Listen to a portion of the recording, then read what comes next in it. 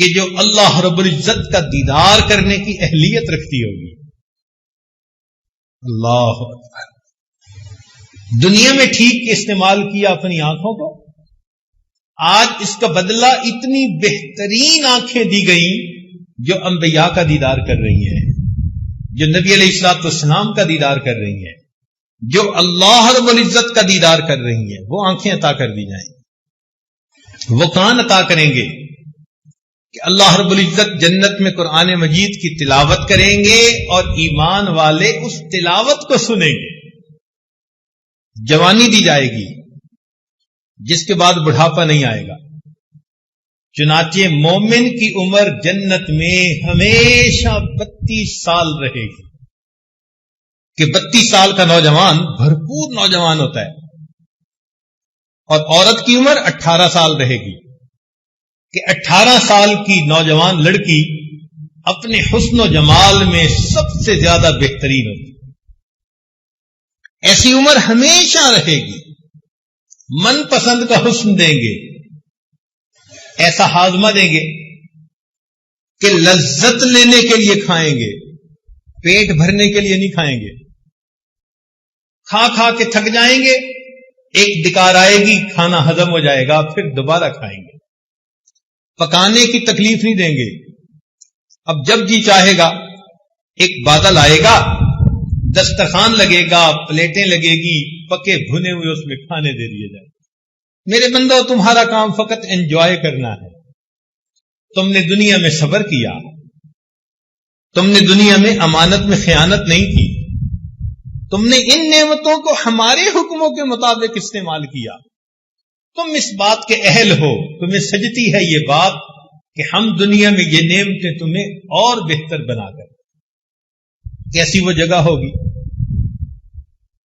حدیث پاک میں آتا ہے کہ ایک جگہ ہوگی، ایمان والے وہاں جائیں گے اور ان کو اپنی من پسند کا حسن عطا کیا جائے گا. اللہ اکبر. آج تو جو چہرہ اللہ نے بنا دیا اس کو بدل نہیں نہ سکتے. آنکھیں گول ہیں، بادامی نہیں بن سکتی، بادامی ہیں، گول نہیں بن سکتی. چہرے کا جو کمپلیکشن ہے وہ بدل نہیں سکتا. عورتیں زیادہ سے زیادہ اوپر کچھ لیپ چڑھا دیتی ہیں مگر اس سے شکل تو نہیں نہ بدل جاتی. نقش نین تو وہی رہتے ہیں. ناک جیسے اللہ نے بنائی، اب اس کے اوپر موم کی ناک تو لگا نہیں سکتی، وہ تو ویسی کی ویسی. مگر جنت میں جیسا حسن چاہیں گی، امیجنری بیوٹی، خیالی حسن اس کو عطا کر دیا جائے گا. میرا چہرہ ایسا، میری رنگت ایسی، میرے دانت ایسے، میری آنکھیں، پلکیں. اللہ اکبر. جو سوچتے جائیں گے اللہ عطا کرتے چلے جائیں گے. فرمائیں گے وَلَكُمْ فِيهَا مَا تَشْتَهِي أَنفُسُكُمْ وَلَكُمْ فِيهَا مَا تَدَّعُونَ. جو تمہارا جی چاہے گا آج ہر نعمت ہم تمہیں عطا فرمائیں. اللہ اکبر کبیرہ. وہ کیسی جگہ ہو. دنیا کے کپڑے آج بناؤ تو چند دنوں مہینوں کے اندر بوسیدہ ہو جاتے ہیں. پھر جتنا بھی امیر آدمی ہو کپڑے دھو کے پہنتا ہے. جنت میں دھونے کا مسئلہ ہی کوئی نہیں. حدیث پاک کا مفہوم کہ جنتی کے گھر میں انار کا درخت لگا ہوگا، جب کپڑے بدلنا چاہے گا اس انار کو کھولے گا اور اس میں سے ایک خوبصورت لباس فیکٹری کا پیک شدہ اس کو مل جائے گا. ہر مرتبہ نیا لباس پہنے گا، دھونے کا مسئلہ ہی نہیں. واہ میرے مولا، یہ اللہ تعالیٰ کا بوتیک ہے. ہر گھر میں ہر عورت کو دے دیا جائے گا. دنیا میں تمہیں بازاروں کے اندر جوتیاں چٹکانی پڑتی تھی، میچنگ کرنی پڑتی تھی. لو دیکھو ہم تمہیں کیسے کپڑے عطا کرتے ہیں. حدیث پاک کا مفہوم کہ جنت میں عورت کو ایسے کپڑے پہنائے جائیں گے اس کے ایک کپڑے میں سے 70,000 رنگ جھلک رہے ہوں گے. یہ نعمتیں دی جائیں گی. کیوں؟ دنیا میں ان کو ٹھیک استعمال کیا. اب یہ اس بات کا حقدار ہے کہ اس کو یہ نعمتیں اور زیادہ عطا فرما دے. اور اگر قیامت کے دن حساب کے وقت یہ ثابت ہو گیا کہ یہ تو خیانت کرنے والا تھا، یہ تو کرائے کے مال کو مالک کے مکان کے حساب سے استعمال نہیں کرتا تھا، من مرضی سے، اللہ تعالیٰ فرمائیں گے تو اس قابل ہی نہیں، تھوڑی سی نعمتیں دی تو ان کو ہماری نافرمانی میں استعمال کرتا رہا، اب تو جسٹیفائی کر ہی نہیں تھی، ہم تمہیں یہ نعمتیں واپس نہیں دیں گے. اللہ تعالیٰ یہ سب نعمتیں واپس لے لیں گے. چنانچہ موت کے وقت انسان سے یہ نعمتیں چھینی جاتی ہیں، اور قیامت کے دن انسان کو کھڑا کیا جائے گا، اس کے پاس یہ نعمتیں نہیں ہوں گی. سنیے قرآن عظیم الشان، اللہ تعالیٰ فرماتے ہیں وَنَحْشُرُهُمْ يَوْمَ الْقِيَامَةِ عَلَى وُجُوهِهِمْ عُمْيًا وَبُكْمًا وَصُمًّا. اندھے بہرے گونگے اٹھائے جائیں گے، زبان نہیں دی جائے گی. یہ غلط استعمال، جھوٹ بولتا تھا، زبان سے چغلی کھاتا تھا، غیبت کرتا تھا، زبان کی نعمت لے لی جائے گی، آنکھوں کی نعمت لے لی جائے گی. یہ تو غیر کی طرف حسرت بھری نگاہیں اٹھا کے دیکھتا تھا، اس قابل نہیں کہ اس کو آنکھیں ملیں، اندھا کھڑا کریں گے. کانوں کی سنوائی اللہ تعالی سماعت واپس لے لیں گے، اور چہرے کا حسن بھی واپس. وَهُمْ فِيهَا كَالِحُونَ، بالکل کالے چہرے ہوں گے. جنتی یوم تبیض وجوہ اور جہنمی یوم تسود وجوہ، کالے چہرے. لباس دنیا کا نہیں دیا جائے گا. سرابیلہم من قطران، اللہ اکبر. اللہ تعالیٰ فرماتے ہیں گندھک کا بنا ہوا لباس دیں گے، اتنا بدبودار ہوگا. فقہا نے لکھا ساری دنیا کے انسان، حیوان، چرند پرند اگر مر جائیں اور ان کی لاشیں ایک جگہ پر اکٹھی کریں اور وہ گل سڑ جائیں، اتنی بدبو وہاں نہیں ہوگی، اتنی بدبو جہنمی کے کپڑوں میں ہوگی.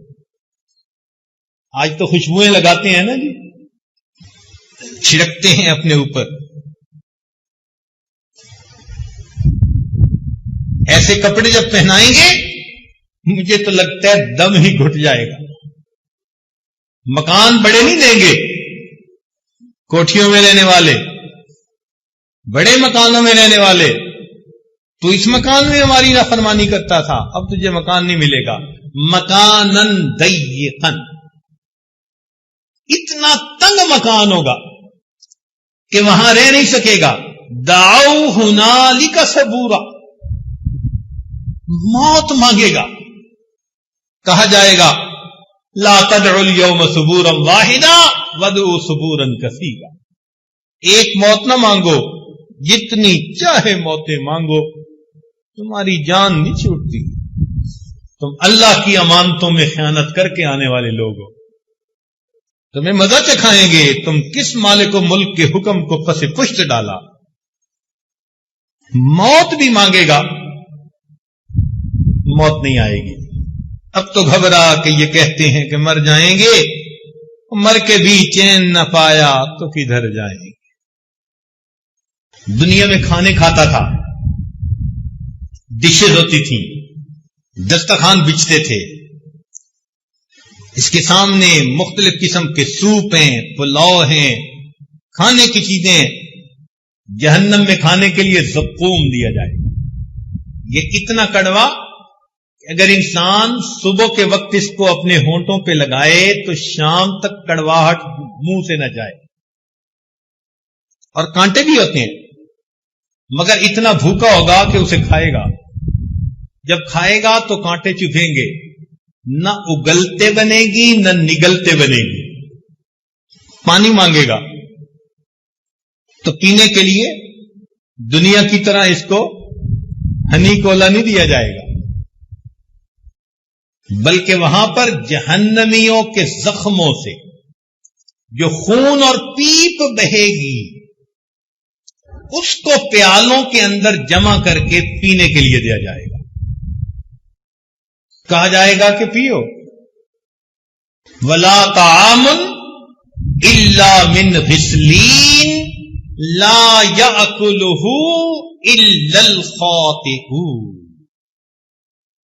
غسلین کا ترجمہ مفسرین نے یہی کیا کہ خون اور پیپ جو بہے گا نا، آج تو کسی کا زخم ہو تو اس میں پیپ پڑ جائے تو اس کو صاف کرتے ہوئے ڈاکٹر بھی اپنے ناک کو ڈھانپ لیتے ہیں، اتنی بو ہوتی ہے. اس کو پیئیں گے، پیو اسے. آج تو گرمی ہوتی ہے نا تو ٹھنڈے پانی سے نہاتے ہیں، وہاں جہنم کی گرمی ہوگی. یصب من فوق رؤوسہم الحمیم، گرم کھولتا پانی سر پہ ڈالیں گے. اس دماغ میں بھس بھرا ہوا تھا. یہ ہمارے غیر کے بارے میں ہر وقت سوچتا رہتا تھا، غیر سے محبت کے دعوے کرتا تھا، میں تمہارے بغیر رہ نہیں سکتا. یہ بولتا تھا. آج اس کے دماغ کے اوپر کھولتا پانی ڈالو. یہ لوگوں کے دل دکھاتا تھا.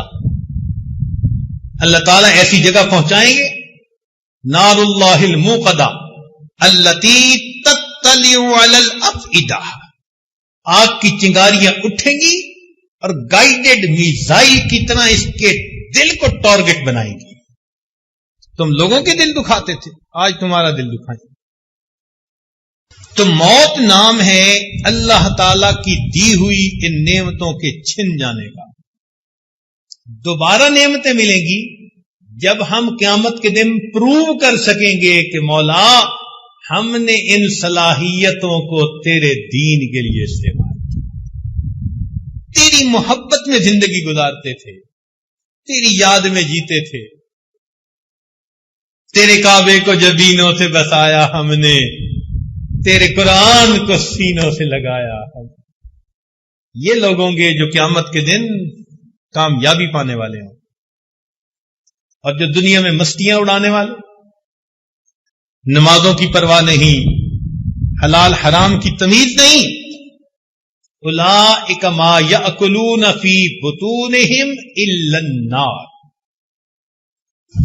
اب سوچنے کی بات یہ ہے کہ ہمیں اللہ تعالی کی ان نعمتوں کو آئندہ اللہ تعالی کے حکموں کے مطابق استعمال کریں.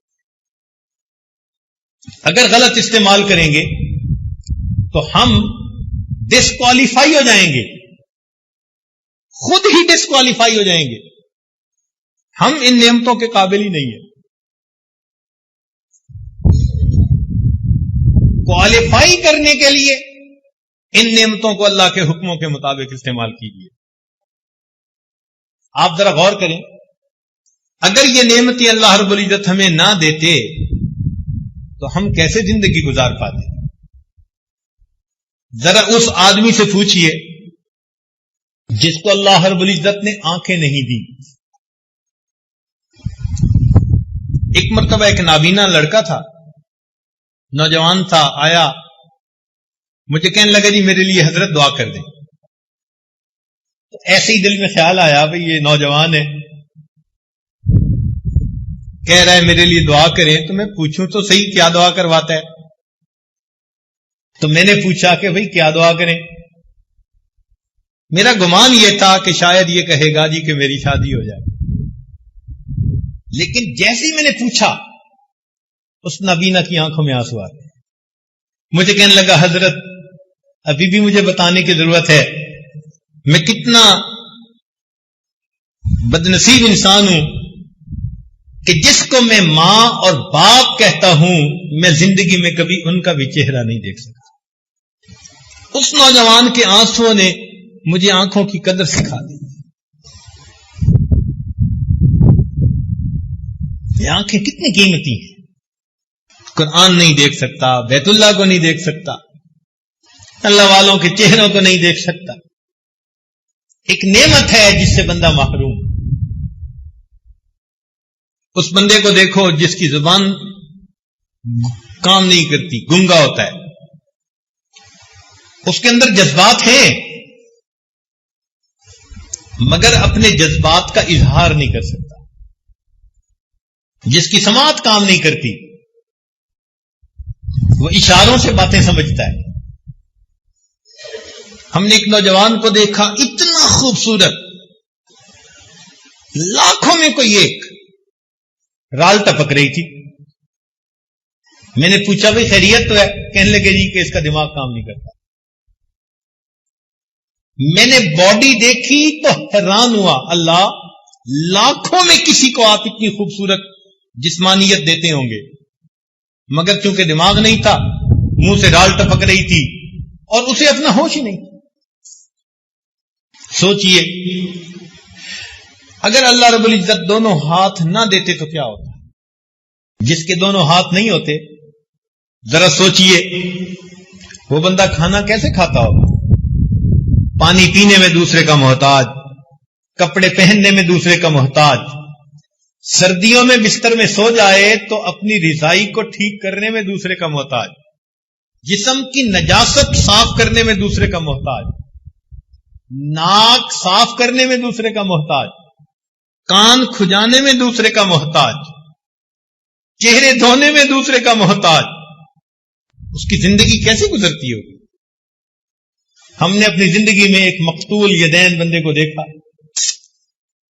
اس دن احساس ہوا اللہ دونوں ہاتھوں کا سلامت رہنا آپ کی کتنی بڑی نعمت ہے۔ اللہ رب العزت نے دونوں پاؤں عطا کر دی۔ جن کے پاؤں نہیں ہوتے، کٹے ہوئے ہوتے ہیں، فالج زدہ ہوتے ہیں، ذرا ان سے ان پاؤں کی قدر و قیمت تو معلوم کر کے دیکھیں۔ یہ تمام نعمتیں اللہ نے بن مانگے عطا فرما دی، کیا اس لیے دی کہ ہم اس کے حکموں کی نافرمانی کریں؟ نہیں، ہرگز نہیں۔ آنکھیں دی، قرآن بھی دیا، میری کتاب کو دیکھو گے اور اس سے پڑھو گے۔ پاؤں دیے تو مسجد بھی بنوا دی، ان پاؤں سے چل کے میرے گھر کی طرف جاؤ گے۔ زبان دی تو دین کی دعوت کا حکم بھی دے دیا، اپنی زبان سے میرے بندوں کو میری طرف بلاؤ گے۔ تو کیا ہم یہ تمام نعمتیں اللہ رب العزت کی مرضی کے مطابق استعمال کر رہے ہیں؟ آج ہم اس بات کو بیٹھ کر سوچیں، یا خواہشات کے پیچھے بھاگتے پھر رہے ہیں، وقتی لذتوں کی خاطر، وقتی مزوں کی خاطر اپنے مالک کو ناراض کرتے پھر رہے ہیں۔ بچے کو بھی کہے نا کہ بھائی تمہیں آئس کریم لے کر دیں گے مگر تھپڑ لگائیں گے، تو بچہ بھی ڈیل نہیں کرتا۔ ہم بچے سے بھی گئے گزرے کہ دنیا کی ان آئس کریموں اور ٹافیوں کے پیچھے ہم اللہ کے عذاب کو اپنے اوپر لازم کر لیتے۔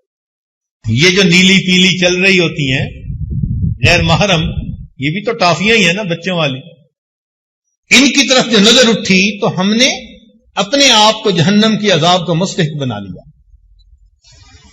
اسی کو کہتے ہیں لمحوں نے خطائیں کی، صدیوں نے سزا پائی۔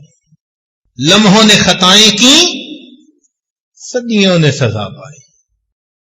اللہ رب العزت نے ہر انسان کو نفس عطا فرمایا، اس نفس کے اندر خیر بھی ڈال دی اور شر بھی ڈال دیا۔ چنانچہ علماء نے لکھا ہے کہ نفس کے 3 مرتبے ہیں۔ ایک ہے نفس امارہ، یہ سرکش نفس ہے جو انسان کو ہر وقت اللہ تعالی کی نافرمانی اور بغاوت کے اوپر اکساتا رہتا ہے۔ ان النفس لامارۃ بالسوء الا ما رحم ربی، یہ شیطان کا ساتھی، یہ شیطان کا ایجنٹ ہے۔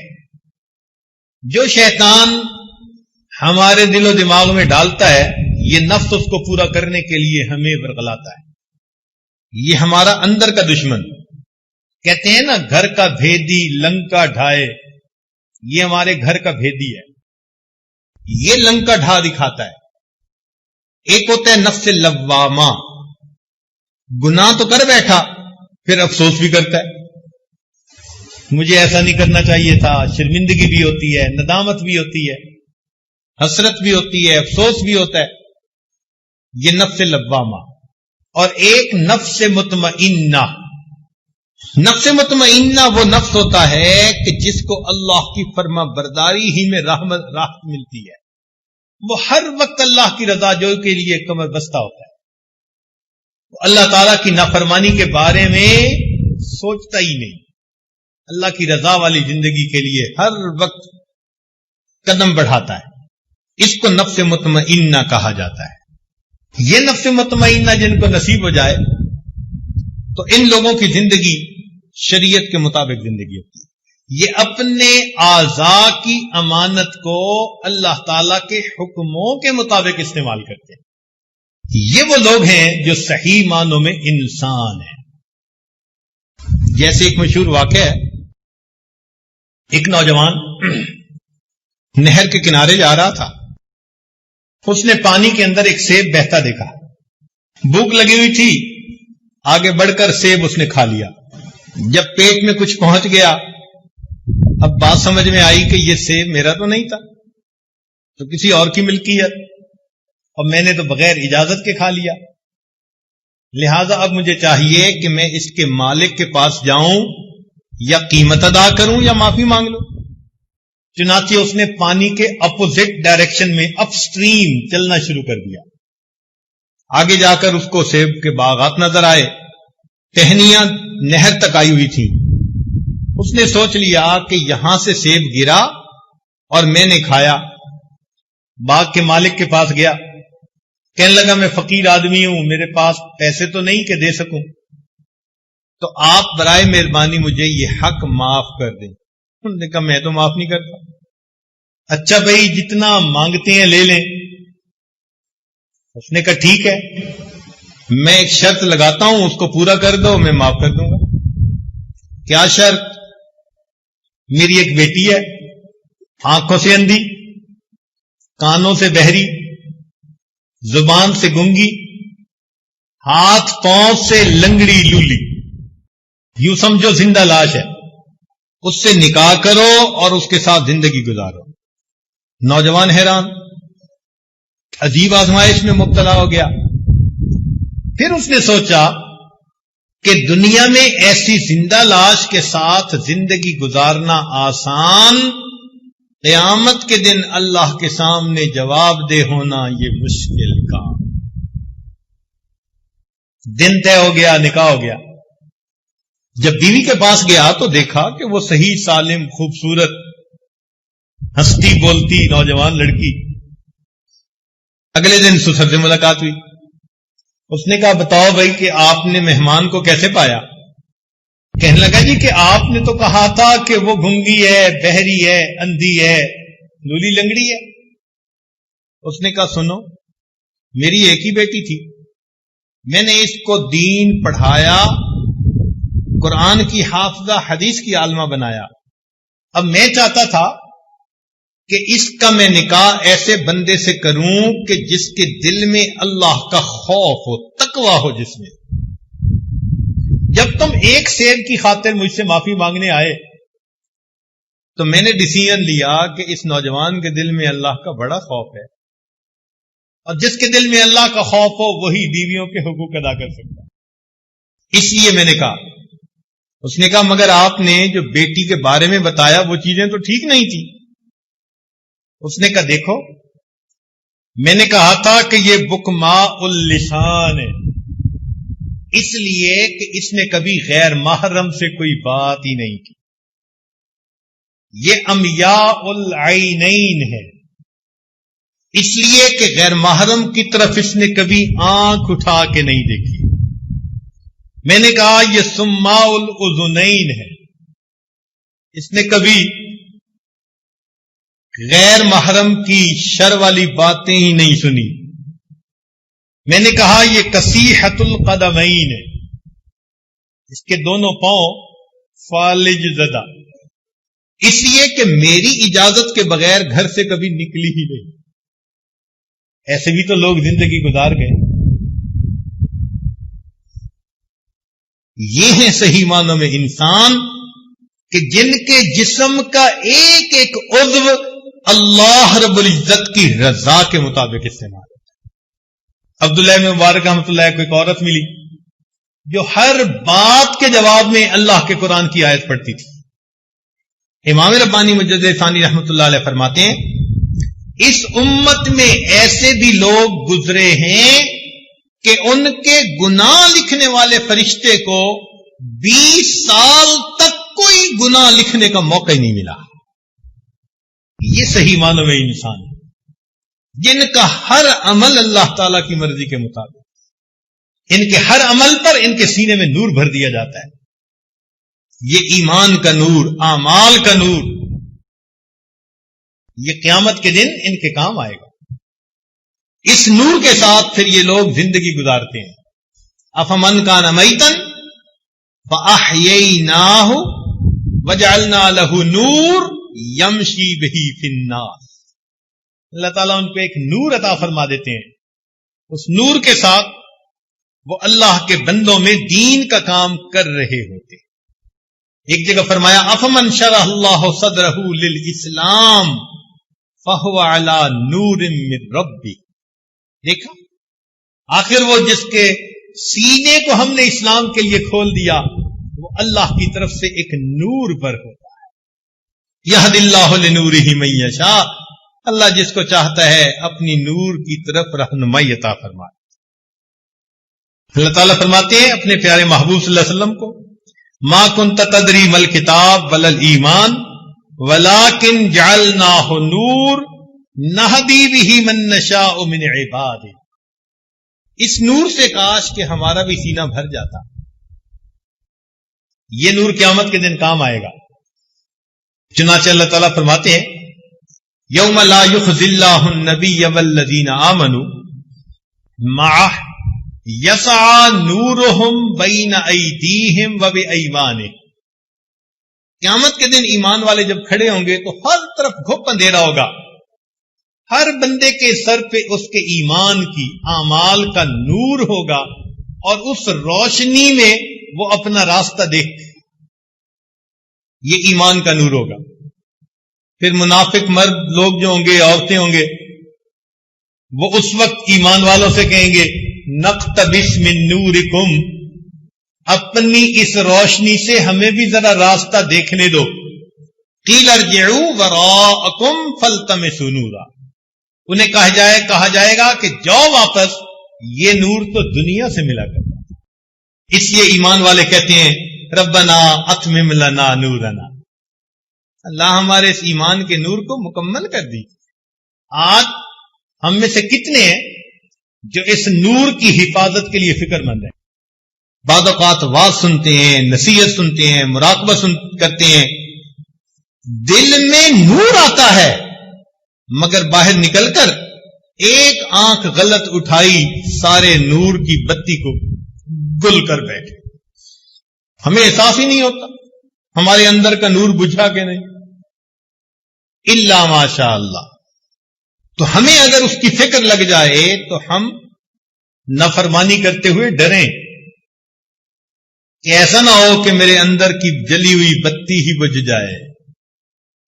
اس لیے اللہ تعالیٰ قیامت کے دن انسان سے اس کے الگ الگ اعضاء کے بارے میں پوچھیں گے۔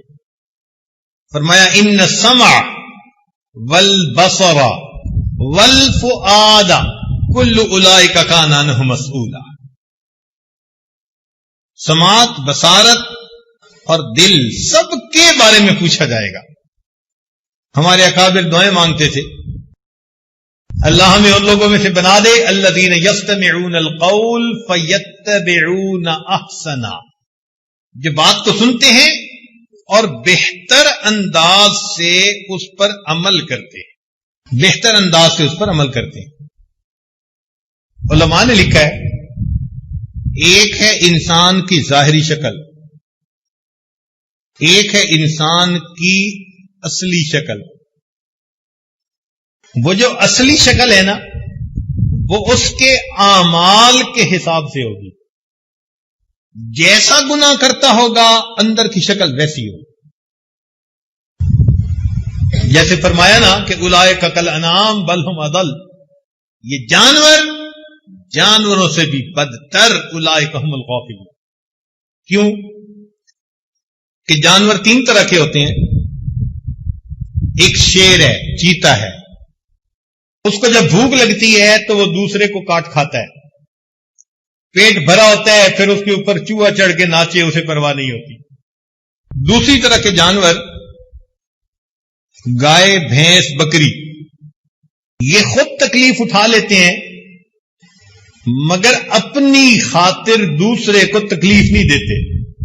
مثال کے طور پر آپ گائے کو 2 دن بھوکا رکھیں تو یہ دوسری گائے کو ٹکرے نہیں مارنی شروع کر دے گی، یا کسی دوسری گائے کو چبانا نہیں شروع کر دے گی. نہیں کھانا ملا برداشت کر لے گی. کھائے گی تو ہمیشہ سبزہ ہی کھائے گی. اپنی بھی ضرورت ہے پھر بھی دوسرے کو نقصان نہیں دے رہی. اور تیسرے جانور جیسے کہ سانپ اور بچھو. بچھو کے بارے میں مشہور ہے کہ یہ ہر چیز کو کاٹتا ہے.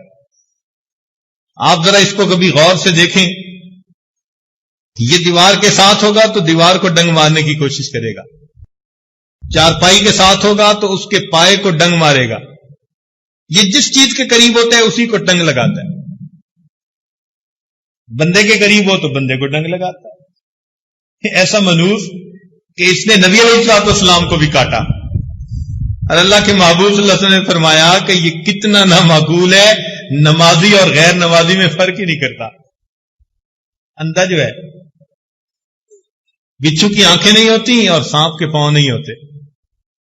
اب بتائیں کہ بچھو جب کاٹتا ہے کسی کو تو کون سا اس کو بھوک اتر جاتی ہے یا اس کی پیاس بجھ جاتی ہے؟ اس کو کوئی فائدہ نہیں ہوتا مگر دوسرے کو تڑپا دیتا ہے. یہ جانوروں میں سے سب سے بدترین قسم کا جاندار. اللہ تعالیٰ فرماتے ہیں کہ یہ لوگ جانور ہیں، بل ہم اضل، جانوروں سے بھی بدتر ہیں. اولئک هم الغافلون، یہ غفلت میں زندگی گزارنے والے. انسان جب بگڑتا ہے تو جانوروں سے بھی پرے پار ہو جاتا ہے. سنورتا ہے تو فرشتوں کو بھی پیچھے چھوڑ جاتا ہے. بگڑتا ہے تو جانوروں سے بھی پرے پار ہو جاتا ہے. حضرت اکبر ثانوی رحمۃ اللہ نے لکھا ہے کہ جیسے یہ اعمال بندہ کرتا ہے اس کی باطنی شکل بالکل اسی حیوان کی مانند ہوتی ہے. چنانچہ اگر ایک آدمی کے اندر حرص ہے تو اس کی باطنی شکل کتے کی مانند ہوتی ہے، اس لیے کہ کتا حریص ہوتا ہے. کہیں بیل مرا پڑا ہو اور کتا پہنچ جائے تو وہ اس بیل پہ دوسرے کتے کو نہیں آنے دے گا. حالانکہ یہ 1 مہینہ کھاتا رہے تو بیل کو نہیں کھا سکتا، مگر حرص اتنی ہے کہ یہ دوسرے کو جمع نہیں ہونے دیتا اپنے ساتھ. تو جو بندہ حریص ہو باطن میں اس کی شکل کتے کی مانے. جو بندہ جانتا ہو پھر عمل نہ کرے اس کی شکل گدھے کی مانے. کمثل الحمار یحمل اسفارا. اللہ تعالیٰ نے بتلا دیا کہ گدھے ہیں جن کے اوپر کتابیں لادی ہوئی، بوجھ لاد دیا. تو بے عمل انسان گدھے کی مانے. اور فرمایا کہ جو بے حیا ہوتا ہے وہ انسان باطنی طور پر سور کی مانے، اس لیے کہ سور ایک بے حیا جانور ہے. اور جو مکار ہوتا ہے تو باطن میں اس کی شکل بندر کی مانے. بندر میں بڑی عیاری ہوتی ہے. قوم یہود نے بھی عیاری کی تھی نا. اللہ تعالیٰ نے یوم سبت میں مچھلیوں کا شکار منع کر دیا. انہوں نے دریا کے کناروں پہ گڑے بنا لیے، مچھلیوں کو گڑے میں لے لیتے اور دوسرے دن پکڑ لیتے. انہوں نے اللہ کے حکم کو مسخ کر دیا. اللہ نے جواب میں فرمایا قلنا لہم کونوا قردۃ خاسئین، ہو جاؤ پھٹکارے ہوئے بندر. یہ باطن کی شکلیں ہیں جو اعمال کی طرح ہیں. اب اللہ جانے کہ ہماری باطن کی شکل کیا ہے. ظاہر کو تو سجا کے آپ بیٹھتے ہیں نا مسجد میں، تیل لگا لیا، خوشبوئیں لگا لی، نہا دھو لیا، مگر یہ تو چہرہ ہم نے سجا لیا نا. جس کو دنیا دیکھتی ہے وہ چہرہ جسے پروردگار دیکھتے ہیں وہ پتہ نہیں انسان والا ہے یا حیوان والا. حضرت شاہ ولی محدث علی رحمۃ اللہ کے والد کا نام تھا عبد الرحیم رحمۃ اللہ علیہ. بہت بزرگ بندے تھے. تو ان کے دور میں دہلی میں ایک مجذوبہ عورت تھی، مگر وہ ایسے کھلے عام پھرتی تھی، نہ چہرہ ڈھانپتی تھی نہ سر ڈھانپتی تھی. اس کو لوگ منع بھی کرتے تھے، وہ سنتی نہیں تھی کسی کی. لوگ کہتے تھے پاگل ہے، بے وقوف ہے، دیوانی ہے، چھوڑو پرے. بڑی مدت کے بعد ایک جگہ وہ کھڑی تھی کہ شاہ ولی اللہ محدث علی رحمۃ اللہ کے والد ادھر سے گزر پڑے. جیسے اس عورت نے دیکھا وہ بھاگی اور کسی کی اس نے چادر اٹھائی اور اپنے آپ کو چادر میں لپیٹ لیا، چھپ گئی چادر میں. جب وہ چلے گئے تو یہ پھر اسی طرح چادر سے نکل کے باہر آ گئے. لوگوں نے کہا حیا کر، کہ اس بندے کو جاتے دیکھ کے تو بڑے لپٹ گئی اور اب پھر رہی ہے. اس مجذوبہ نے کہا کہ مجھے میرے پروردگار نے انسانوں سے پردہ کرنے کا حکم دیا. بڑی مدت کے بعد آج انسان دیکھا، یہ جو بازار میں ہے کتے بلے خنزیر، ان سے میں کیا پردہ کروں. بالکل یہی واقعہ حضرت شاہ عبد العزیز رحمۃ اللہ علیہ کے ساتھ پیش آیا. یہ حضرت شاہ ولی اللہ محدث دہلوی رحمۃ اللہ علیہ کے جانشین ان کے بیٹے تھے، بہت بڑے عالم تھے. چنانچہ آخری عمر میں گھر میں مسجد ایک بنائی ہوئی تھی جس کو مسجد بیت کہتے ہیں، وہیں پر جماعت سے نماز پڑھ لیتے تھے. جمعہ کی نماز کے لیے جامع مسجد دہلی میں جا کے نماز پڑھتے تھے. اب جو مریدین ان کے دل میں چلتے ہیں کہ ہم اپنے شیخ کا دیدار کریں، وہ پورا ہفتہ تڑپتے اور بیچارے جمعہ کے دن آ جاتے وقت سے پہلے، اور حضرت نے گھر سے مسجد میں جانا ہوتا تھا، اس راستے میں دونوں طرف کھڑے ہو جاتے. حضرت جمعہ پڑھنے کے لیے نکلتے تو ایک بڑے میاں بڈھے صاحب ساتھ ہوتے جو خادم تھے آپ کے، اور حضرت جیسے ہی نکلتے سر پہ ایک رومال ڈال لیتے. اس رومال کی وجہ سے وہ کھڑے ہوئے لوگوں کو درشن بھی نصیب نہ ہوتا. وہ بڑے مایوس ہوتے کہ ہفتے کا ایک دن اتنا انتظار اور محبوب گزر بھی گئی، مگر انہوں نے اپنے چہرے کو رومال سے ہی چھپا لیا. تو کسی نے ان کے خادم بڑے میاں کو کہہ دیا. تو وہ بڈھے صاحب جو تھے وہ کہنے لگے حضرت یہ بھی عجیب بات ہے، ایک تو ہفتے کے بعد گھر سے نکلیں اور اگر لوگ انتظار میں کھڑے ہوئے تو چہرے کو رومال سے چھپاویں. تو جب اس نے یہ پوچھا نا تو حضرت نے اپنا رومال اس بڈھے کے سر پر ڈال دیا. کہتے ہیں جیسے سر پہ ڈالا وہ چیخ اٹھا. حضرت نے رومال ہٹا لیا. لوگوں نے پوچھا تجھے کیا ہوا؟ کہنے لگا جیسے ہی میرے سر پر رومال ڈالا گیا مجھے یوں لگا کہ بازار انسانوں سے نہیں بلکہ جانوروں سے بھرا. شاہ صاحب نے پھر اسے بات سمجھائی کہ دیکھو میں جب باہر نکلتا ہوں مجھے ان کی اصلی شکلیں نظر آتی ہیں کشف کی نظر میں، اس کو میں نہیں دیکھنا چاہتا، اس لیے میں اپنے رومال کو درمیان میں آڑ بنا لیتا ہوں. ہو بہو اسی قسم کا واقعہ حضرت مولانا احمد علی لاہوری رحمۃ اللہ کے ساتھ پیش آیا. وہ اپنے درس قرآن میں سنایا کرتے تھے. فرماتے تھے کہ میں ایک دفعہ بازار میں جا رہا تھا، ایک مجذوب ملا، مجھے دیکھ کر پوچھتا ہے احمد علی انسان کہاں بستے ہیں؟ میں نے دیکھا بازار بھرا ہوا. میں نے کہا حضرت یہ انسان ہی تو ہیں. جیسے ہی میں نے کہا انہوں نے ایک بڑی عجیب سی نظر مجمع پہ ڈال کے کہا کہ یہ سب انسان ہیں. وہ کہتے ہیں کہ جب انہوں نے کہا نا یہ سب انسان ہیں تو اس بات کا میرے دل پر ایسا اثر ہوا کہ مجھے بازار کتے بلے خنزیر کے ساتھ بھرا ہوا لگا. جب میری کیفیت ختم ہوئی تو وہ اللہ والے جا چکے تھے. حضرت اپنے درس قرآن میں حضرت لاہوری رحمۃ اللہ یہ واقعہ سناتے اور یہ واقعہ سنا کر پھر فرماتے تھے کہ لوگوں، مالک تو سب کا ایک، مالک تو سب کا ایک، مالک کا کوئی ایک، مالک تو سب کا ایک، مالک کا کوئی ایک، ہزاروں میں نہ ملے گا لاکھوں میں کوئی دیکھ۔ تو معلوم نہیں اندر کی شکل کیا بنا لی ہم نے۔ لیکن آج ہم اگر سچی توبہ کر لیں تو ہم پھر انسان والی شکل میں آ سکتے ہیں، جسم کے اعضاء کو اللہ رب العزت کے حکموں کے مطابق استعمال کرنا شروع کر دیں۔ چنانچہ قیامت کے دن انسان کے گناہوں پر 8 گواہ ہوں گے، مختصر طور پر 4 گواہ کہہ دیتے ہیں، لیکن اگر تفصیل اس کی میں جائیں تو قیامت کے دن ہر انسان کے گناہ پر کتنے گواہ ہوں گے؟ 8 گناہ ہوں گے۔ گواہوں کے نام بھی گنوا دیں یا آگے چلیں؟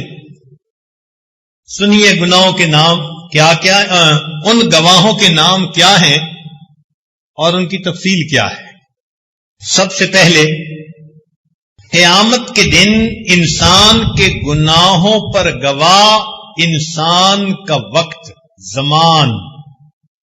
حدیث پاک میں آتا ہے ینادی کل یوم انا یوم جدید وانا فیما تعمل فی شہید، میں تمہارے اوپر ایک نیا دن آیا ہوں اور اس دن میں تم جو اعمال کرو گے میں قیامت کے دن ان اعمال کی گواہی دوں گا۔ اب یہ گواہی کیسے دے گا اللہ جانے، مگر سب سے پہلا گواہ زمان، دوسرا گواہ واللسان، انسان کی زبان۔ اللہ تعالیٰ فرماتے ہیں یوم تشہد علیہم السنتہم، قیامت کے دن ان کی زبانیں ان پر گواہی دیں گی۔ جھوٹ بولا، غیبت کی، چغلی کھائی، بہتان باندھے، دل دکھایا دوسروں کا، زبان گواہی دے گی۔ مجھے اس مقصد کے لیے استعمال کیا جاتا تھا، اور اللہ والے اسی زبان کو اللہ رب العزت کی دین کی دعوت کے لیے استعمال کرتے ہیں۔ اللہ اکبر کبیرہ۔ امام ابو داود رحمت اللہ علیہ حدیث پڑھاتے تھے، بہت بڑا مجمع ہوتا تھا۔ اس زمانے میں ایک بزرگ تھے سہل تستری رحمت اللہ علیہ، ان کو ملنے کے لیے آئے تو کہنے لگے کہ حضرت زبان تو دکھائیں۔ انہوں نے زبان دکھائی تو سہل تستری رحمت اللہ نے بوسہ لے لیا۔ کہنے لگے یہ کیا کیا؟ فرمانے لگے کہ جو زبان سارا دن میرے محبوب کا کلام پڑھ کر دنیا کو سناتی ہے، میں اس زبان کا بوسہ نہ لوں تو کیا کروں؟ حدیث پاک میں آتا ہے کہ بندہ نیک اعمال کرتے کرتے کرتے جنت کے بالکل قریب پہنچ جاتا ہے، لیکن اس کی زبان سے ایک ایسا کلمہ نکل جاتا ہے، اس کلمے کی وجہ سے اللہ اس کو کھینچ کر اونڈے منہ جہنم میں ڈال دیتے ہیں۔ زبان کے ایک فکرے کی وجہ سے جہنم میں ڈال دیتے ہیں۔ ہمارے نزدیک اہمیت نہیں نا زبان کی، اللہ کے ہاں تو بہت ہے۔ اتنی تو اہم ہے نا زبان کہ ایک غیر محرم لڑکی تھی، اس کو گواہوں کی موجودگی میں کہا قبل تو وہ محرمہ بن گئی، وہ زندگی کی ساتھی بن گئی۔ اور اگر بیٹوں کی ماں زندگی کی ساتھی اتنی قریبی راز و نیاز والی اس کو طلق تو کہہ دیا تو وہ اب غیر محرمہ بن گئی۔ ہوا کیا؟ زبان کی اتنی سی حرکت ہی ہے نا۔ کیا ہم اس زبان کو اللہ رب العزت کے حکموں کے مطابق استعمال کرتے ہیں؟ تیسرا گواہ قیامت کے دن انسان کے گناہوں پر والارکان، الزمان واللسان والارکان، جسم کے باقی اعضاء۔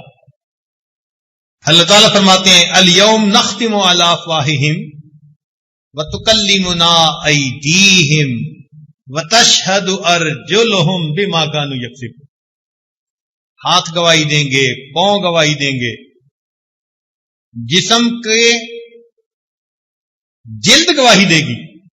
وَقَالُوا لِجُلُودِهِمْ لِمَ شَهِدتُّمْ عَلَيْنَا، یہ اعضاء کو کہیں گے کہ تم نے کیوں ہمارے خلاف گواہی دی؟ قَالُوا أَنطَقَنَا اللَّهُ الَّذِي أَنطَقَ كُلَّ شَيْءٍ، جن اعضاء سے ہم گناہ کرتے ہیں یہی تو اللہ تعالیٰ کی خفیہ پولیس ہے، یہی تو ہمیں پکڑوائیں گے قیامت کے دن۔ اللہ تعالیٰ فرماتے ہیں وَمَا كُنْتُمْ تَسْتَتِرُونَ أَن يَشْهَدَ عَلَيْكُمْ سَمْعُكُمْ وَأَبْصَارُكُمْ وَجُلُودُكُمْ، تم تو گناہ کرتے ہوئے ان اعضاء سے پردہ ہی نہیں کیا کرتے تھے۔ جن کی لذتوں کی خاطر ہم گناہ کرتے ہیں، کل قیامت کے دن انہی کی گواہی پر ہمیں جہنم میں ڈالا جائے۔ تو گواہ 8 ہوں گے، الزمان واللسان والارکان والمکان۔ مکان سے کیا مراد؟ جس جگہ پر گناہ کریں گے، زمین کا وہ ٹکڑا، یومئذ تحدث اخبارها بان ربک اوحی لها، اللہ تعالیٰ زمین کو حکم فرمائیں گے، زمین اپنی خبریں نشر کرے گی، اے اللہ اس جگہ پر اس بندے نے نماز پڑھی تھی اور اس جگہ پر اس بندے نے فلاں گناہ کیا تھا، زمین کے ٹکڑے گواہی دیں گے۔ الزمان واللسان والارکان والمکان، اور اس کے بعد والدیوان، اور انسان کا نام اعمال۔ جب انسان اپنے نام اعمال کو دیکھے گا نا، کہے گا یا ویلتنا مال ھذا الکتاب، ہماری بدبختی، یہ کیسا نام کتاب ہے، لا یغادر صغیرۃ ولا کبیرۃ الا احصاها، کوئی چھوٹا بڑا عمل ایسا نہیں جو اس میں درد نہ کر دیا گیا ہو۔ ووجدوا ما عملوا حاضرا ولا یظلم ربک احد، تیرا رب تو کسی پہ ظلم نہیں کرے گا، اپنے ہاتھوں سے اپنے پاؤں پہ کلہاڑیاں ماری، یہ کھیتی بوئی ہوگی جو ان کو کاٹنی پڑے گی۔ اور اگلا گواہ والملکان، اور 2 فرشتے، ان علیکم لحافظین کراما کاتبین یعلمون ما تفعلون۔ چلیں یہاں تک تو گواہی جو تھی سو تھی، ایک گواہی اور بھی ہوگی، 7ویں گواہی، اور وہ کہتے ہوئے بھی دل ڈرتا ہے، دل کانپتا ہے۔ کیا؟ وہ گواہ ہوں گے نبی الانس والجان، نبی علیہ السلام بھی گواہی دیں۔ سنیے قرآن عظیم الشان، اللہ تعالیٰ فرماتے ہیں فَكَيْفَ إِذَا جِئْنَا مِن كُلِّ أُمَّةٍ بِشَهِيدٍ وَجِئْنَا بِكَ عَلَى هَؤُلَاءِ شَهِيدًا، ہمارے اعمال نبی علیہ السلام کو پیش کیے جاتے ہیں، اللہ کے نبی بھی گواہی دیں گے، جنہوں نے بخشش کروانی ہے، جنہوں نے شفاعت کرنی ہے، ہم ان کا بھی دل دکھاتے ہیں۔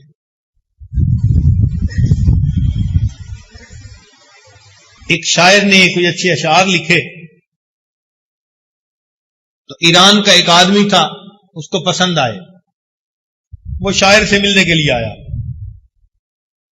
سمجھا کہ یہ کوئی بڑا اللہ والا ہوگا، جب آ کے دیکھا تو وہ بیٹھا اپنی داڑھی کو مونڈ رہا تھا، تو اس بندے نے دیکھا تو اس نے ایک آہ بھری،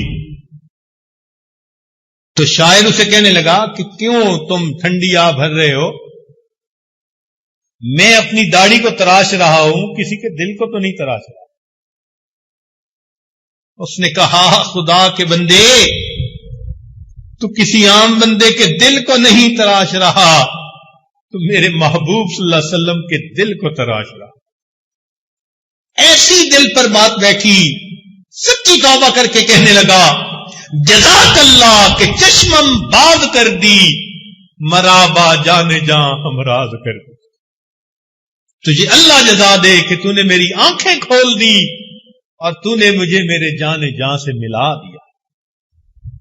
تو یہ جو گناہ ہم کرتے ہیں نا، اللہ رب العزت کے محبوب کو پیش کیے جاتے ہیں، اعمال پیش ہوتے ہیں، اللہ کے محبوب کیا سوچتے ہوں گے، انہوں نے میرے تہجد کے آنسوؤں کی کوئی قدر نہیں، میں ان کی خاطر راتوں کو روتا تھا، اللہ سے مانگتا تھا۔ کلمہ پڑھنے والے، میری محبت کے دعوے کرنے والے، یہ تنہائیوں میں شیطان کے ساتھی بنتے ہیں، اللہ رب العزت کے حکموں کی نافرمانی کرتے ہیں۔ ہمیں توبہ کرنی چاہیے۔ ہم نے آج تک اللہ کے محبوب صلی اللہ علیہ وسلم کو کتنی اذیت پہنچائی۔ اور 8واں گواہ جس کو کہتے ہوئے اور زیادہ ڈر لگتا ہے، 7 گواہ الزمان واللسان والارکان والملکان والمکان والدیوان اور نبی الانس والجان، اور آخری گواہ الرحمن۔ اللہ رب العزت خود بھی گواہ ہو۔ سنیے قرآن عظیم الشان، اللہ تعالی ارشاد فرماتے ہیں وَلَا تَعْمَلُونَ مِنْ عَمَلٍ إِلَّا كُنَّا عَلَيْكُمْ شُهُودًا، تم جو بھی عمل کرتے ہو ہم تمہارے اوپر گواہ ہوتے ہیں۔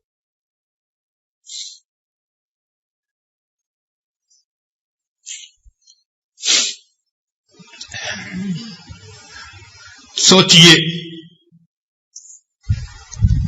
یہ نافرمانی ہمیں کہاں لے ڈوبے گی؟ آج وقت ہے ہم اللہ رب العزت کے سامنے سچی توبہ کر لیں۔ میرے مولا، ہم آپ کے سامنے آپ کے حکموں کی نافرمانیاں کرتے رہے، آج احساس ہوا ہم سچی توبہ کرتے ہیں، میرے مولا آپ سے معافیاں مانگتے ہیں، اے اللہ معاف کر دیجئے۔ آپ نے قرآن مجید میں فرمایا کہ اچھے بروں کے ساتھ اچھائی کا سلوک کریں۔ میرے مولا ہم برے نکلے، ہم برائی کے مرتکب ہوتے رہے، مگر آپ تو اچھے ہیں مولا، اچھے بروں کے ساتھ اچھائی کا معاملہ فرمائے، آپ اچھائی کا معاملہ فرما دیجئے، ہمارے ان گناہوں کو معاف کر دیجئے، ہماری ان خطاؤں کو بخش دیجئے۔ یہ آپ کی دی ہوئی نعمتیں ہیں، اگر اللہ رب العزت کوڈ فٹ کر دیتے کہ میرے دیے ہوئے جسم کے جس عضو سے نافرمانی کرو گے یہ عضو معطل ہو جائے گا، آج ہمارے جسم کے اعضاء کام بند کر چکے ہوتے، آنکھیں بند ہو چکی ہوتی، کان بہرے ہو چکے ہوتے، زبانیں گنگ ہو چکی ہوتی، ہاتھ پاؤں شل ہو چکے ہوتے۔ تو اللہ کی رحمت ہے، اس سب کچھ کے باوجود اپنی نعمتیں استعمال کے لیے عطا کیے جا رہے ہیں۔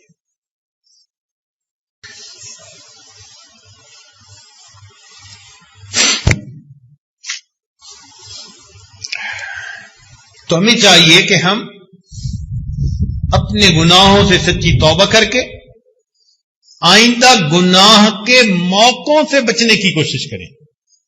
توجہ فرمائیے، گناہ سے بچنے کی نہیں، گناہ کے موقعوں سے بچنے کی کوشش کیجیے، اور اللہ تعالی سے دعا مانگے، اے اللہ غم حیات کے سائے محیط نہ کرنا، کسی غریب کے دل کو غریب نہ کرنا، میں امتحان کے قابل نہیں میرے مولا، مجھے گناہ کا موقع نصیب نہ کرنا۔ اے اللہ گناہ کے موقع سے مجھے بچا لے، میں آزمائش کے قابل نہیں، میں امتحان کے قابل نہیں، پھسلنے والے ہیں، گرنے والے ہیں، میرے مولا ہمیں گرنے پھسلنے سے بچا لیجیے۔ ہمارے اکابر گناہ کے موقع سے کتنا ڈرتے تھے، اللہ اکبر کبیرہ، حیران ہو جاتے ہیں۔ ابو ہریرہ رضی اللہ تعالیٰ عنہ، جنہوں نے نبی علیہ السلام کی سب سے زیادہ احادیث کی روایت کی، عالم تھے، اللہ اکبر، محبوب کی دعا تھی ان کے لیے۔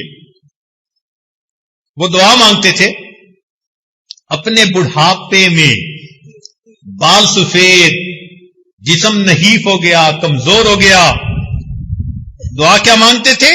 اللہم انی اعوذ بک من ان ازنی و اسرک، اے اللہ میں آپ کی پناہ مانگتا ہوں کہ میں زنا کروں یا چوری کروں۔ بڑھاپے میں یہ دعا مانگتے تھے۔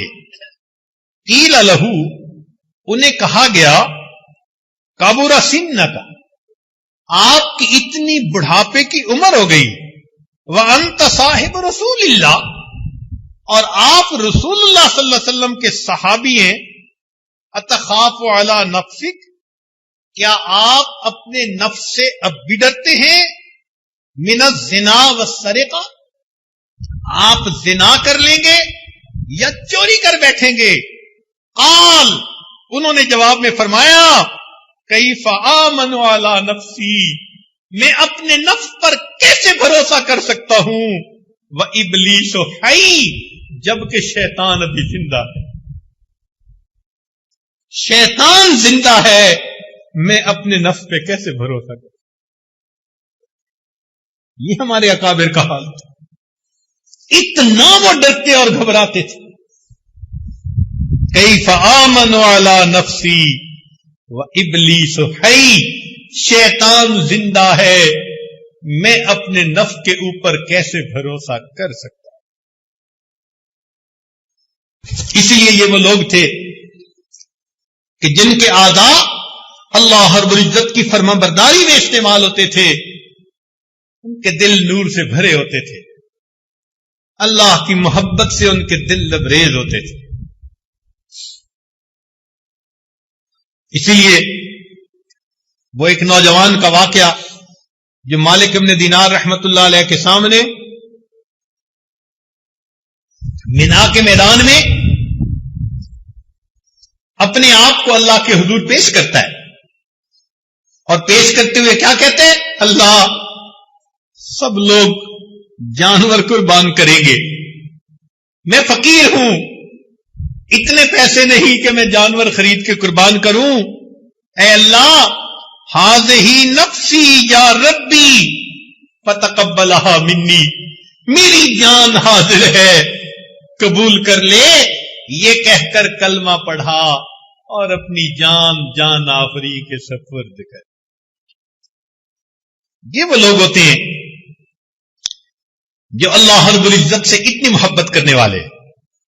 اس لیے سیدنا عمار ابن یاسر اللہ عنہ فرمایا کرتے تھے، اے اللہ اگر مجھے معلوم ہوتا کہ اس پہاڑ سے گرانے پر آپ راضی ہو جائیں گے تو میں اپنے آپ کو پہاڑ سے گرا دیتا، اگر میں جانتا آگ میں کود جانے پر آپ راضی ہو جائیں گے میں آگ میں چھلانگ لگا دیتا، اللہ اگر میں جانتا سمندر میں گر پڑنے پر آپ راضی ہو جائیں گے تو میں سمندر میں بھی جو ہے وہ چھلانگ لگا دیتا۔ اے اللہ انی ارید وجہک، میں تو فقط آپ کی رضا چاہتا ہوں اور اسی رضا کے لیے زندگی گزار رہا ہوں۔ ہم اللہ رب العزت کی رضا کے لیے زندگی گزاریں۔ چنانچہ ابو العباس میں عطا فرماتے ہیں کہ میں جنید بغدادی کو ملنے گیا اور ان کے اوپر آخری وقت تھا، میں نے جا کے سلام کر دیا۔ اب سلام کا جواب دینا بھی واجب ہوتا ہے، تو کہتے ہیں کہ میں نے دیکھا کہ انہوں نے تھوڑے توقف سے مجھے جواب دیا اور پھر کہنے لگے کہ میں ورد میں مشغول تھا، اس لیے جواب دینے میں مجھے ذرا دیر ہوئی، بس اتنا کہہ کر خود اپنا چہرہ قبلے کی طرف کر لیا، کلمہ پڑھا اور میری آنکھوں کے سامنے ان کی روح پرواز کر آخری وقت تک ان کی یہ حالت ہوتی ہے۔ پیر ننھے میاں بھوپالی، ان کی بیٹی کا نام حفصہ تھا، ان پر آخری وقت کی کیفیت تھی تو وہ یکسوئی سے لیٹے ہوئے تھے۔ 3 سال کی بچی ان کے پاس آئی، ساتھ لیٹ گئی، ابو نے بات نہ کی تو سینے پہ چڑھ گئی۔ اب ابو کی آنکھیں کھولتی ہے، ابو باتیں کرو، ابو بات نہیں کرتے، تو چھوٹی بچی خفا ہو گئی، دوسرے کمرے میں جا کے رونے لگ گئی۔ ماں نے پوچھا بیٹی کیوں روتی ہو؟ کہنے لگی کہ ابو نے مجھ سے بولنا چھوڑ دیا اور میں نے ابو سے کاٹی کر لی، میں ابو سے نہیں بولتی۔ وہ اسے پیار کر کے لے آئی، چلو آؤ میں تمہاری ابو سے سلو کروا دیتی ہوں۔ اس نے لا کے بچی کو قریب بٹھایا اور اپنے میاں سے کہا کہ دیکھیں بچی آپ سے روٹھ گئی ہے، آپ حفصہ کو پلیز منا لیں۔ تو جب یہ الفاظ کہے انہوں نے آنکھ کھولی اور پوچھنے لگے کون سی حفصہ اور کیسی حفصہ؟ ہم نے تو اپنے یار کو منا لیا، لا الہ الا اللہ محمد الرسول اللہ، کلمہ پڑھا اور ان کی روح پرواز کر گئی۔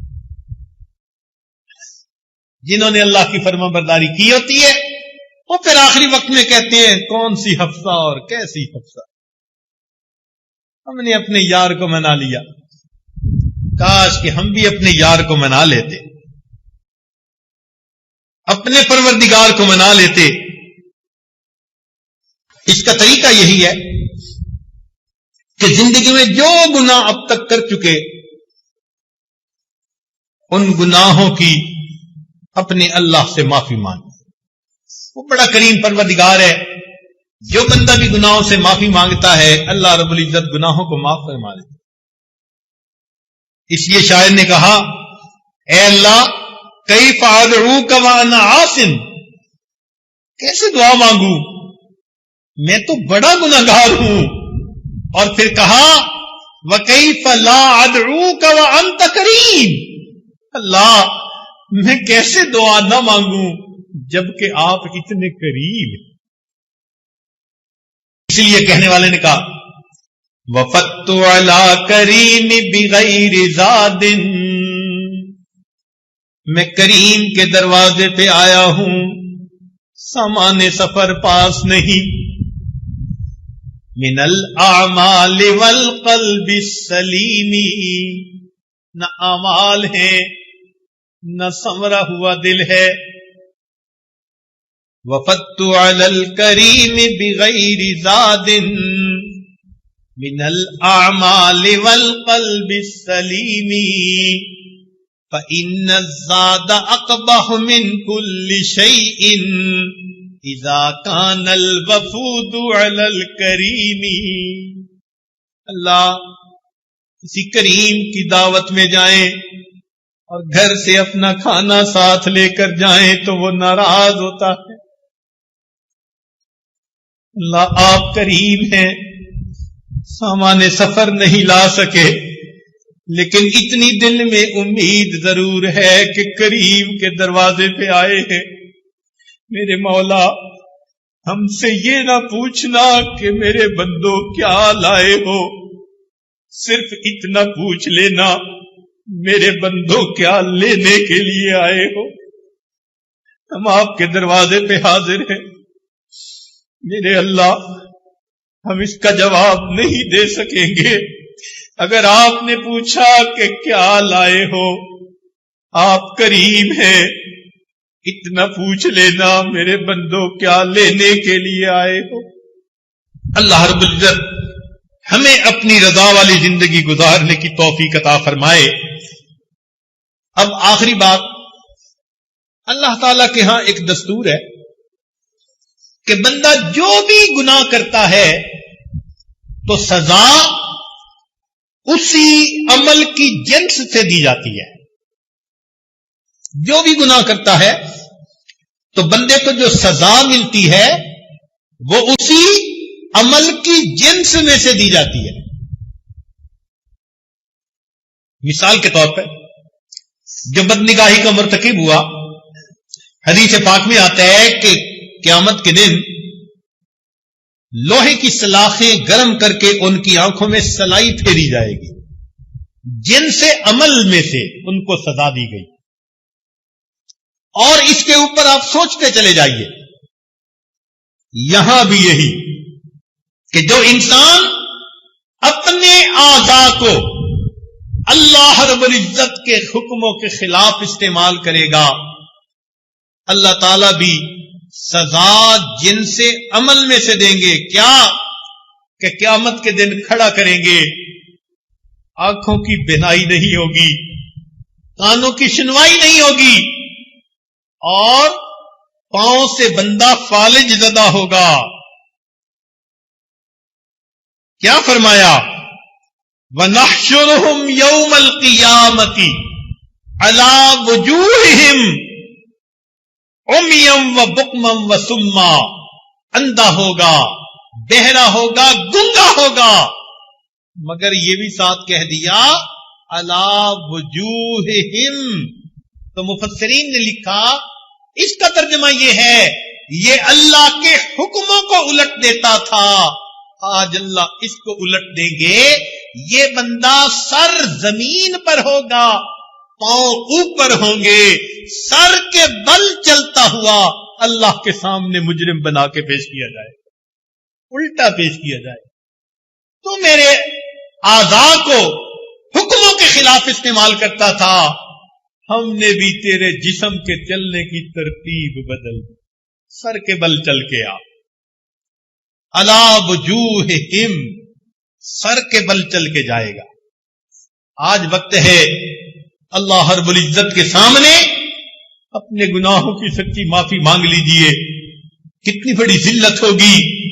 اللہ کے محبوب ہوں گے، انبیاء، صدیقین، صالحین، شہداء ہوں گے، اور اس مجمع میں اگر ہم سر کے بل الٹے چل رہے ہوں گے.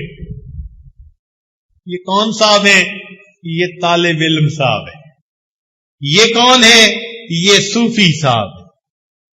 الٹے چل کے آ رہے ہیں جی، اللہ کے حکموں کو الٹ دیا کرتے. آج ہم اللہ رب العزت کے حکموں کی عظمت کو سیکھ لیں. قیامت کے دن ہمیں ذلت سے اللہ تعالیٰ بچائے گے.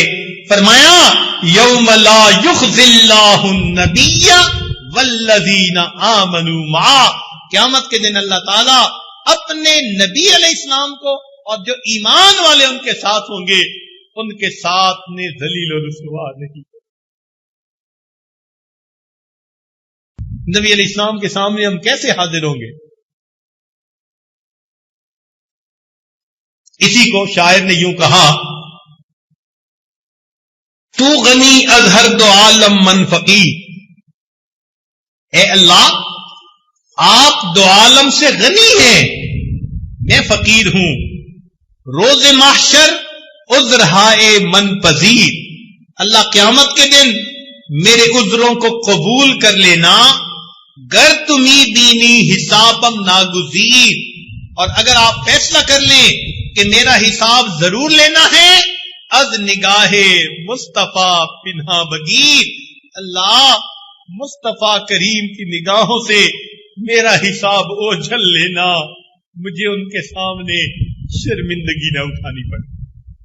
اسی لیے شیخ عبد القادر جیلانی رحمت اللہ علیہ ایک موقع پر رو رو کے دعا مانگ رہے تھے، اللہ قیامت کے دن معاف کر دینا، معاف کر دینا. آخر پر کہا، اے اللہ، اگر آپ کا فیصلہ ہے قیامت کے دن معاف نہیں کرنا تو پھر مجھے قیامت کے دن اندھا کھڑا کر. سننے والے نے کہا کہ حضرت کیا دعا مانگی؟ اندھا کھڑا کرنا. فرمایا ہاں، میں اپنے محبوب کے سامنے کیسے پیش ہو سکوں گا، اس سے تو اندھا ہو جانا بہتر. آج اللہ رب العزت ہمیں ان اعضاء کو شریعت و سنت کے مطابق استعمال کرنے کی توفیق عطا فرمائے. اس لیے کہنے والوں نے کہا کہ اعضاؤکم اعداؤکم، تمہارے اعضاء تمہارے اعداء ہوں گے، اور اگر نیکی پر زندگی گزارو گے اعضاؤکم اصدقاؤکم، یہ تمہاری گواہ بنیں گے. اور قیامت کے دن اللہ کے سامنے گواہی دیں گے، آنکھیں گواہی دیں گی، اللہ آپ کی محبت میں یہ بندہ روتا تھا، پیشانی گواہی دے گی، اللہ تہجد کی نماز میں لمبے سجدے کرتا تھا۔ قیامت کے دن یہ اعضاء گواہی دیں گے، انسان کی پلکیں گواہی دیں گی، قیامت کے دن انسان کے اعضاء اس کے گواہ بن جائیں گے۔ اللہ تعالی ہمارے ان اعضاء کو ہماری نیکیوں کے گواہ قیامت کے دن بنا کر ہم پر اپنی رحمت کی نظر فرمائے اور ہمیں